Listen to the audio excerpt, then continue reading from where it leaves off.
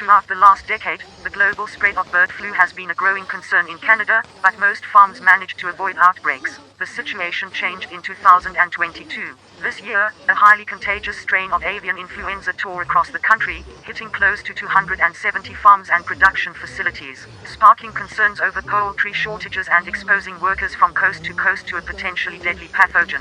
So far, roughly 4.7 million domestic birds have caught the virus. That's not counting untold numbers of wild birds falling ill, whose numbers are far tougher to track. I would describe the scope as explosive and sort of all-encompassing, said Angela Rasmussen, a virologist with the Vaccine and Infectious Diseases Organization at the University of Saskatchewan. I mean, it really is a huge problem globally, and here in Canada. And it's a brewing crisis on two fronts, both to global bird populations and potentially to human health, if this highly infectious form of the influenza virus eventually evolves to better transmit between people in the decades ahead.